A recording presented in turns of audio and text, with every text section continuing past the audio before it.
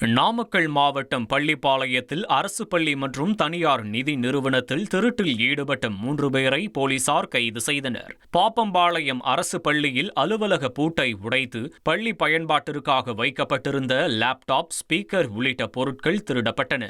மேலும் தாஜ்நகர் பகுதியில் செயல்பட்டு வரும் நிதி நிறுவனத்தில் டிஜிட்டல் கேமரா மற்றும் 10,000 ரூபாய் கொள்ளையடிக்கப்பட்டது. இதுகுறித்து விசாரணை நடத்திய போலீசார் ஓடப்பள்ளி கிராமத்தைச் சேர்ந்த சபரிராஜ், வில்பட்ராஜ், ரசூல் ஆகிய 3வரையும் கைது செய்து லேப்டாப், டிஜிட்டல் கேமரா உள்ளிட்டவற்றையும் திருட்டிற்கு பயன்படுத்தப்பட்ட 2 இருசக்கர வாகனங்களையும் பறிமுதல் செய்தனர். தென்காசி மாவட்டம் சங்கரன் கோவிலில் வெட்டி படுகொலை செய்யப்பட்ட இளைஞரின் உடலை வாங்க மறுத்து அவரது உறவினர்கள் 2வது நாளாக போராட்டத்தில் ஈடுபட்டனர். குற்றவாளியை கைது செய்யும் வரை உடலை வாங்கப் போவதில்லை என்று கூறி அவர்கள் போராட்டத்தில் ஈடுபட்டதால் சங்கரன் கோயில் பகுதியில் போக்குவரத்து பாதிக்கப்பட்டது. இதையடுத்து மாவட்ட எஸ்பி நேரில் வந்து குற்றவாளிகள் விரைவில் கைது செய்யப்படும் என்று உறுதியளித்ததைத் தொடர்ந்து போராட்டம் தற்காலிகமாக கைவிடப்பட்டது. ராமநாதபுரம் மாவட்டம் தொண்டி அருகே கடற்கரையில் படகு நிறுத்துவது தொடர்பாக ஏற்பட்ட தகராறில் மீனவர் ஒருவர் கத்தியால் குத்தி கொலை செய்யப்பட்ட சம்பவம் பரபரப்பை ஏற்படுத்தியுள்ளது. நம்புதாளை பகுதியைச் சேர்ந்த மீனவர் நாகூர் செல்வம் அதே ஊரைச் சேர்ந்த அடையாள வேலுடன் கடற்கரையில் படகு நிறுத்துவது தொடர்பாக வாக்குவாதத்தில் ஈடுபட்டதாக கூறப்படுகிறது.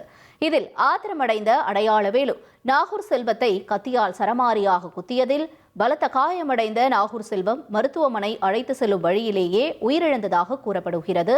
தகவல் அறிந்த போலீசார் உடலை கைப்பற்றி பிரேத பரிசோதனைக்காக ராமநாதபுரம் அரசு மருத்துவமனைக்கு அனுப்பி வைத்து தலைமறைவான அடையாளவேலுவை தேடி வருகின்றனர்.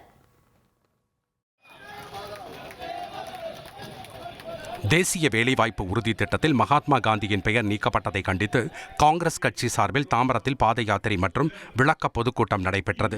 காங்கிரஸ் மாநில தலைவர் செல்வ பிறந்தகை தலைமையில் நடந்த நிகழ்ச்சியில் தெலங்கானா மாநில துணை முதல்வர் மல்லுப்பட்டி விக்ரம் மார்கா சிறப்பு அழைப்பாளராக கலந்து கொண்டார். பொதுக்கூட்டத்தில் தெலங்கானா துணை முதல்வர் பேச தொடங்கிய போது காங்கிரஸ் தொண்டர் ஒருவர் தெலங்கானா வாழ்க என கோஷமிட்டதால் அங்கு பரபரப்பு ஏற்பட்டது.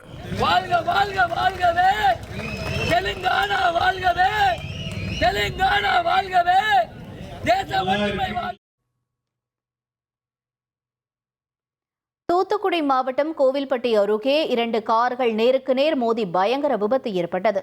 இதில் திருநெல்வேலியைச் சேர்ந்த ராதாகிருஷ்ணன் மற்றும் முத்துக்குமார் ஆகிய இருவர் பரிதாபமாக உயிரிழந்தனர். எதிர் திசையில் அதிவேகமாக வந்த கார் ஒன்று கட்டுப்பாட்டை இழந்ததால் இந்த துயரம் நேர்ந்துள்ளது. விபத்தில் படுகாயமடைந்த ராதாகிருஷ்ணனின் மனைவி கவிதா மற்றும் மந்திரமூர்த்தி இருவரும் மருத்துவமனையில் சிகிச்சை பெற்று வருகின்றனர். ஓசூர் அருகே சொத்துக்களை பிரிப்பதில் ஏற்பட்ட தகராறில் சித்தப்பாவை கொலை செய்த தந்தை மகன் கைது செய்யப்பட்டனர். குட்டூர் கிராமத்தைச் சேர்ந்த மறைந்த கோவிந்தப்பா என்பவருக்கு 6 மகன்கள் உள்ளனர். குடும்பத்துக்கு சொந்தமான சொத்தை பிரிக்க தாயாரின் இறப்புச் சான்றிதழ் தேவைப்பட்டதாக கூறப்படுகிறது. 6 மகன்களில் ஒருவரான சின்னசாமி என்பவரிடம் இறப்பு சான்றிதழ் இருப்பதை கேள்விப்பட்ட மற்ற சகோதரர்கள் அவர் வீட்டிற்கு சென்ற போது தகராறு ஏற்பட்டதாக கூறப்படுகிறது. அப்போது சின்னசாமியின் மகன் ராஜசேகர் சித்தப்பா கோவிந்தசாமியை கத்தியால் குத்தியதில் படுகாயமடைந்து உயிரிழந்தார். புதுச்சேரி மாநில காரைக்காலில் 16 வயதான தங்கை முறை கொண்ட சிறுமிக்கு பாலியல் தொந்தரவு கொடுத்த இளைஞருக்கு 20 ஆண்டு சிறை தண்டனை விதிக்கப்பட்டுள்ளது. காரைக்கால் வள்ளல் சீதகாதி தெருவைச் சேர்ந்த கூலி தொழிலாளியான இப்ராஹிம் கடந்த 2024ஆம் ஆண்டு சிறுமியின் வீட்டிற்குள் நுழைந்து அவரிடம் அத்துமீறி நடந்து கொண்டதாக கூறப்படுகிறது. இந்த நிலையில் இது தொடர்பான வழக்கில் இப்ராஹிம் மீதான குற்றச்சாட்டு உறுதி செய்யப்பட்டதால் அவருக்கு 20 ஆண்டு கடுங்காவல் தண்டனையும் 20,000 ரூபாய் அபராதமும் விதித்து காரைக்கால் போக்சோ நீதிமன்றம் உத்தரவிட்டுள்ளது. 9 வயது சிறுமியிடம் பாலியல் சீண்டலில் ஈடுபட்ட கூலி தொழிலாளிக்கு கிருஷ்ணகிரி விரைவு மகளிர் நீதிமன்றம் 5 ஆண்டுகள் சிறை தண்டனை விதித்து தீர்ப்பளித்துள்ளது. காவேரிப்பட்டினம் அம்பேத்கர் நகரைச் சேர்ந்த தினேஷ் என்பவர் கடந்த 2022இல் பள்ளிக்கு சென்ற 9 வயது சிறுமியை மிரட்டி பாலியல் சீண்டலில் ஈடுபட்டார். இச்சம்பவம் தொடர்பாக கிருஷ்ணகிரி அனைத்து மகளிர் காவல் நிலையம் போக்சோ சட்டத்தின் கீழ் வழக்கு பதிவு செய்தது. கடந்த 3 ஆண்டுகளாக நடந்த விசாரணையின் முடிவில் தினேஷுக்கு 5 ஆண்டுகள் சிறை மற்றும் 1000 ரூபாய் அபராதம் விதித்து நீதிபதி உத்தரவிட்டார். அபராதம் செலுத்தாவிட்டால் கூடுதலாக 6 மாத சிறை தண்டனையும் அனுபவிக்க வேண்டும் என தீர்ப்பில் குறிப்பிடப்பட்டுள்ளது. தஞ்சாவூர் அருகே திமுக நிர்வாகி இல்ல திருமண விழாவிற்கான ஏற்பாட்டின் போது திமுக கட்சி கொடியை அமைக்கும் பணியில் ஈடுபட்டிருந்த 2 தொழிலாளர்கள் மின்சாரம் தாக்கி உயிரிழந்தனர். துணை முதல்வர் உதயநிதி ஸ்டாலின் பங்கேற்க உள்ளதாக இருந்த இந்த விழாவிற்காக பிள்ளையார்பட்டி திருவையாறு பைபாஸ் பகுதியில் சாலையோரம் இரும்பு குழாயில் கொடி ஊன்றும் பணியில் ஈடுபட்டுக் கொண்டிருந்த போது மேலே சென்ற மின்சார கம்பி மீது பட்டு சேலத்தைச் சேர்ந்த கார்த்திக் மற்றும் கோகுல் ஆகிய இருவரும் பரிதாபமாக உயிரிழந்தனர். சங்கரன் கோவிலில் இளைஞர் வெட்டி கொலை செய்யப்பட்ட விவகாரத்தில் குற்றவாளியை கைது செய்ய கோரி உறவினர்கள் சாலை மறியல் போராட்டத்தில் ஈடுபட்டதால் பரபரப்பான சூழல் நிலவியது. சாலை மறியலில் ஈடுபட்ட இளைஞரின் தாயிடம் காவல்துறையினர் பேச்சுவார்த்தை நடத்தியும் உடன்பாடு எட்டப்படவில்லை. இதனால் அப்பகுதியில் போலீசார் குவிக்கப்பட்டதால் பரபரப்பான சூழல் நிலவியது.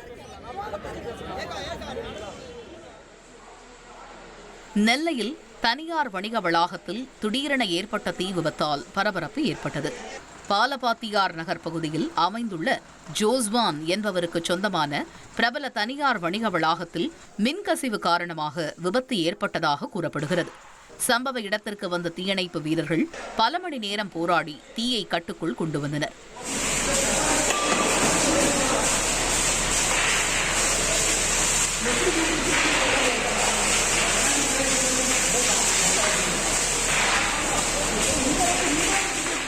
தீ விபத்து ஏற்பட்டதும் வளாகத்தில் உள்ளவர்கள் அனைவரும் வெளியேறியதால் அசம்பாவிதம் தவிர்க்கப்பட்டது.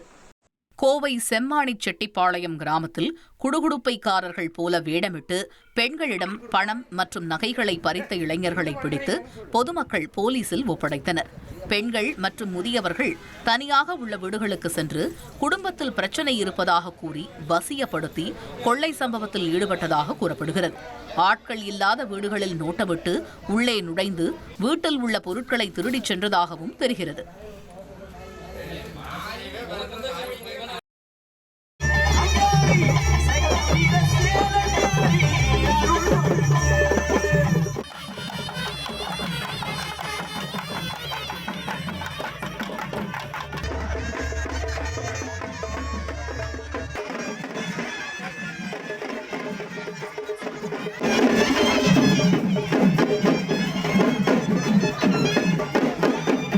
இதேபோல் பூசாரிப்பட்டி காளியம்மன் கோயிலில் பக்தர்கள் அலகு குத்தி கரகம் எடுத்து வழிபாடு செய்தனர்.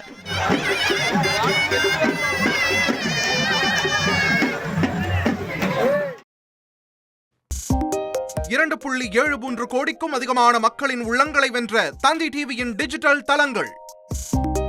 1.26 கோடி யூடியூப் சப்ஸ்கிரைபர்ஸ், 47 லட்சம் ஃபேஸ்புக் ஃபாலோவர்ஸ், 26 லட்சம் இன்ஸ்டாகிராம் ஃபாலோவர்ஸ், 23 லட்சம் எக்ஸ் ஃபாலோவர்ஸ், 11 லட்சம் தந்தி ஆப் டவுன்லோட்ஸ், 30 லட்சம் வெப்சைட் மந்த்லி ஆக்டிவ் யூசர்ஸ், 14 லட்சம் வாட்ஸ்அப் ஃபாலோவர்ஸ்.